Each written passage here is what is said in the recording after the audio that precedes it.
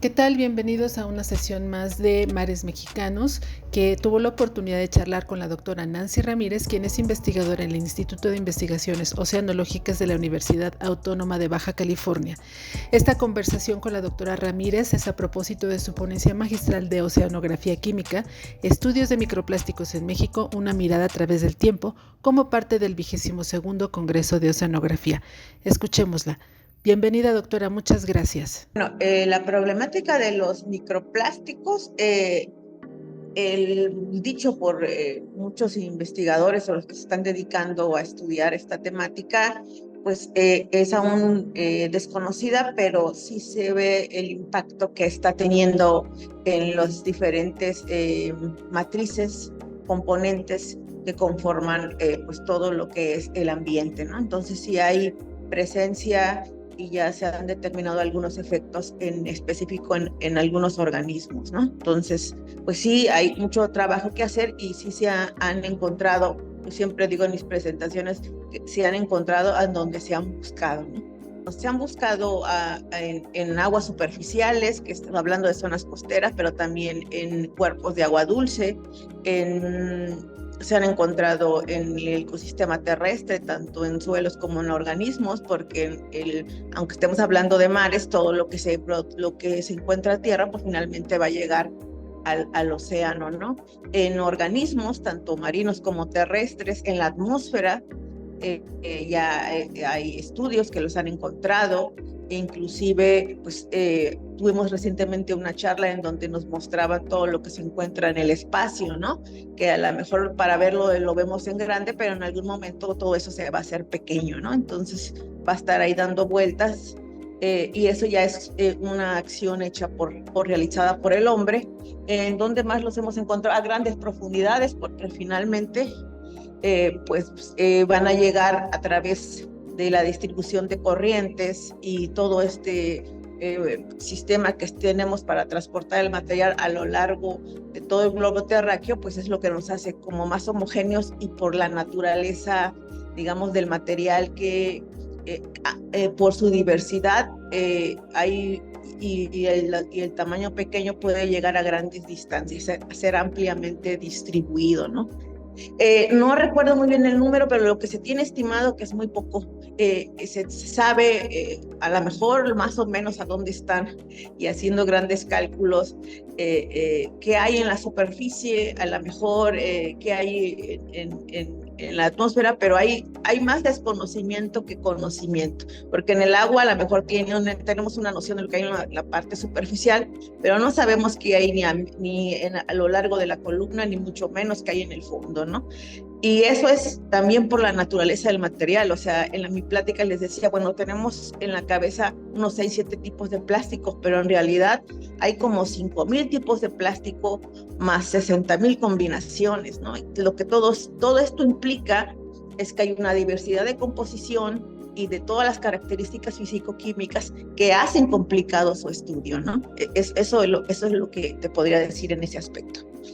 Nos guste o no nos guste, estamos insertados, porque es como prácticamente muchos de los contaminantes, y por la famosa globalización, también la contaminación se globaliza, ¿no? O sea, esa es digamos, la incongruencia o la congruencia de todo, de vivir en un sistema en el que ya todo se mueve, ¿no?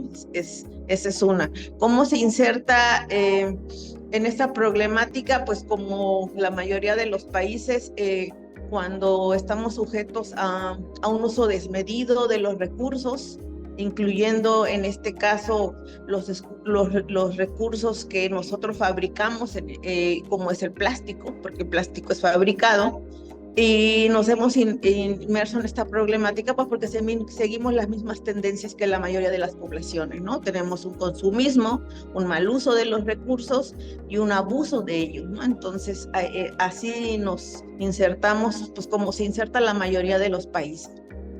Bueno, en este caso, yo comencé brevemente diciendo que cómo habíamos llegado a esta problemática de los microplásticos, porque, bueno, dicen ya están chiquitos, y no, en realidad, digamos que los microplásticos, el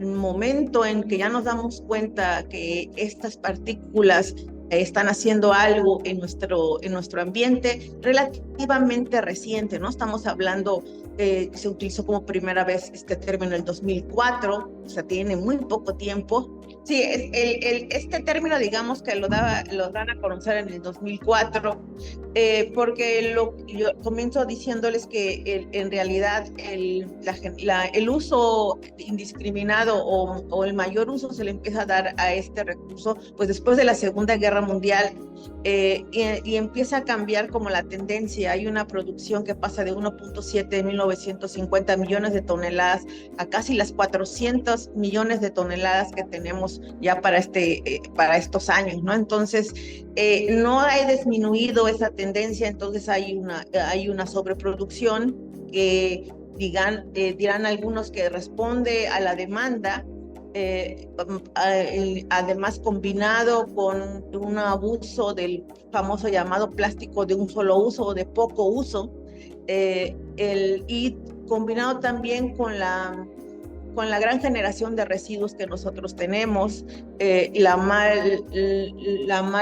mal manejo de ellos, y también la gran persistencia que tiene este material, que va desde años hasta décadas o hasta cientos de años, ¿no? Entonces, todas estas combinaciones hacen que nosotros hayamos llegado a esta problemática que tenemos de plástico. Entonces, este plástico o este microplástico puede generarse a través, se origina así en ese tamaño, se hace que es plástico primario, y ese generalmente todavía lo podemos encontrar en muchos productos de cuidado personal, o sea, en pastas de dientes, en cremas, en esfoliantes, que no es necesario que deberían, o sea, no tienen un papel indispensable, o sea, finalmente hay ese cambio a este material pues porque es más barato, ¿no? Pero no es porque sea indispensable, al menos no en ese sector. Y la otra forma en que se llega al microplástico, que es la más preocupante, porque al final termina siendo la fuente más importante, es al que denominan microplástico secundario, que se origina por la fragmentación del plástico grande. Entonces, ahora imagínense en la naturaleza o en que se tarda mucho tiempo, ¿cuántas veces tiene la oportunidad de fragmentarse? Pues primero nos vamos nosotros y muchas generaciones antes de que el plástico desaparezca, porque otra característica es como está formado de moléculas que están enlazadas, que hacen un polímero grandote. Ese polímero grandote no permite que ni en la naturaleza ni los microorganismos lo puedan degradar. Entonces, eso permite que esté mucho tiempo en el medio y permita que se fragmente, haciéndose cada vez más pequeño.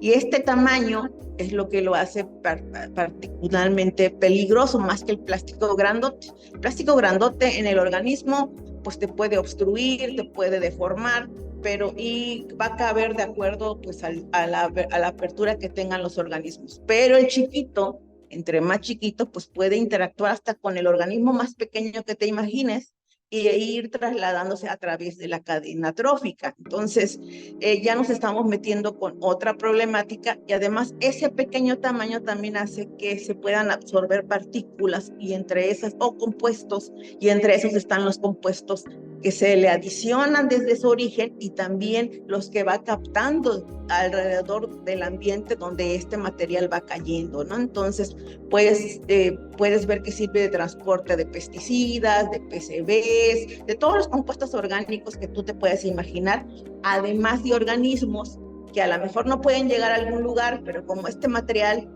les sirve como de superficie, pues para vivir ahí.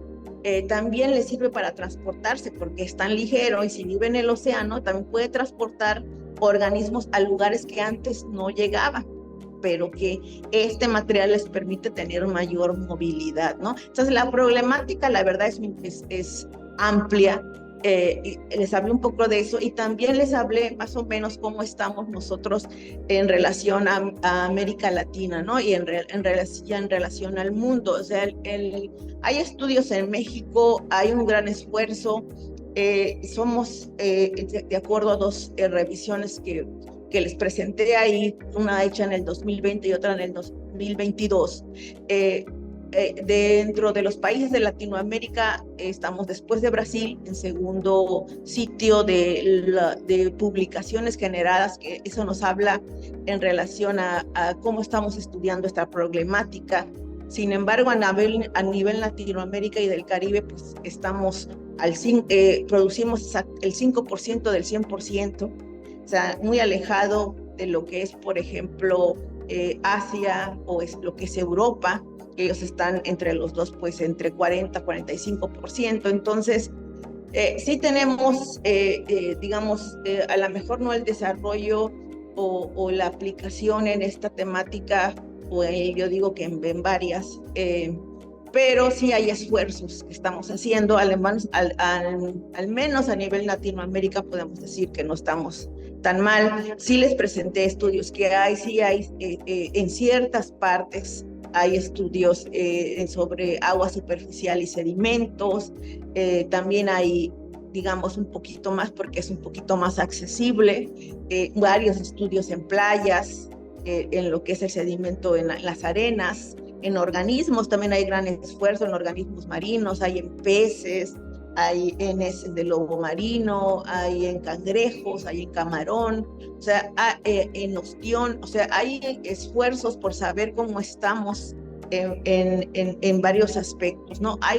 Sí hay un poquito menos, y que no debería de ser, hay un poquito menos hacia la parte terrestre, porque la problemática, aunque es grande en el océano, en la parte terrestre tampoco es menor, o sea, se dice que puede ser hasta 4 o 20 veces más, ¿no? que en lo que es en el medio acuático, y aún así, pues no están, al menos no en México, sí he visto trabajos que a lo mejor todavía no están publicados, pero sí hay gente haciendo o viendo la repercusión en lo que es en los suelos, ¿no? En realidad, sí hay trabajo, estamos alrededor, hemos avanzado en el 2020, del 2017 a 2020 teníamos como 12 trabajos, de ahí pasamos en el 2022 como a 34 trabajos, y en la última revisión, que hice una revisión yo rápida para ver cuánto había incrementado, y podemos decir que al 2023 tenemos alrededor de 70 trabajos vertidos en estos esfuerzos, más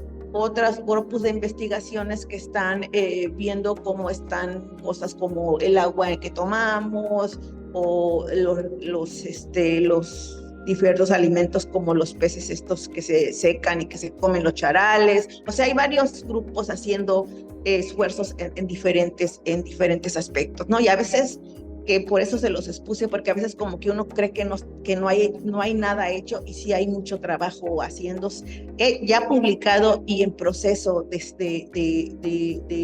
en desarrollo, ¿no? Entonces, hacia eso iba, y les hablé también un poquito de lo que nosotros estamos haciendo en Baja California, nuestro grupo de trabajo.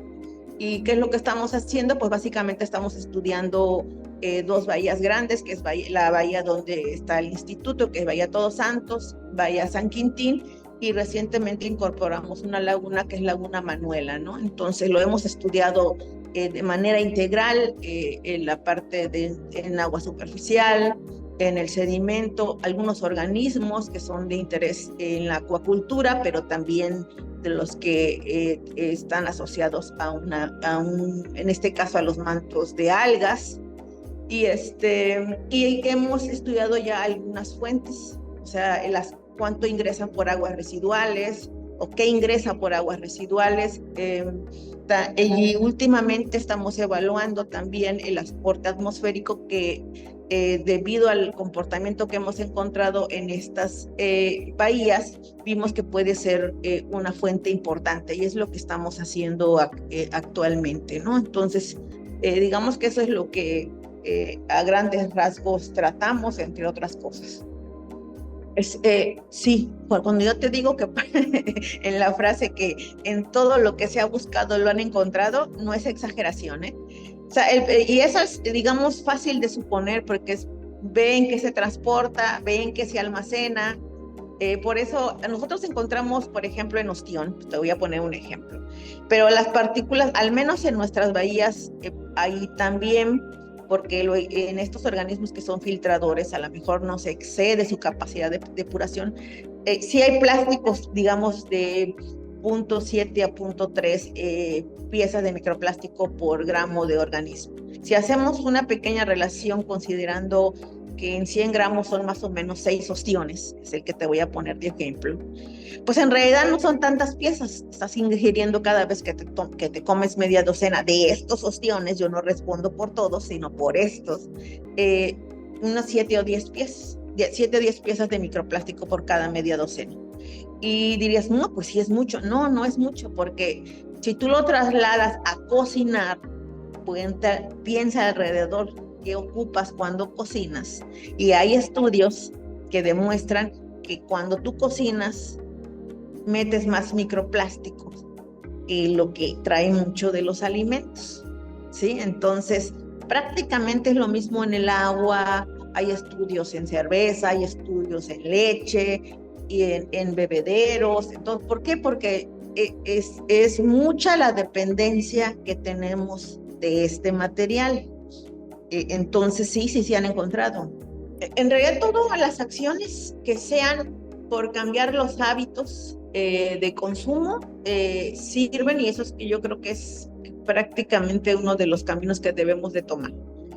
El reciclaje ya vimos que no es no es que no sirva para nada, pero es muy poco el que se hace del reciclaje de plástico. Estamos hablando en promedio a nivel mundial, yo creo que de un 16, que no quiere decir que no haya países que tengan un mayor porcentaje, pero son los menos.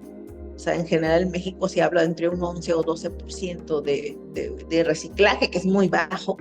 Y además la gente piensa que cuando dice reciclaje en una botella ya te da permiso de usarla. Pero pues no, en realidad no es tan sencillo, porque necesita uno toda una educación para saber qué material se recicla, cómo los tienes que presentar, porque la industria que se dedica a eso no va a hacer grandes gastos si tú le presentas una botella o algo que viene sucia o que confundiste material. Él va a ver que no está y lo único que va a hacer, no voy a gastar el tiempo en volverlo a separar. ¿Sí? Entonces, todo eso implica que pueda haber un cambio, pero uno de los cambios que más debiéramos de hacer es en restringir las fuentes, ¿no? Y también en pedirle, por ejemplo, a lo mejor a la industria que ya haga cosas que duren más como era antes. O sea, yo me acuerdo con mis padres que tenían un refrigerador que ya me fui de la casa y seguía siendo el mismo refrigerador, ¿no? Y los celulares y las computadoras ya todo lo hacen para que tú consumas y consumas y consumas, ¿no? Entonces, todo eso incrementa la basura. Entonces, tiene que haber un cambio en esa parte y lo que nosotros podemos controlar más es hasta el plástico de un solo uso. O sea, no es indispensable. Tenemos que quitárnoslos, o sea, no necesitamos las bolsas de plástico. Podemos optar o por plástico más duradero o por otro material que también sea duradero. No, vuelvo al ejemplo de nuestras mamás, con qué bolsas iban nuestras mamás al mercado y les duraban años esas bolsas.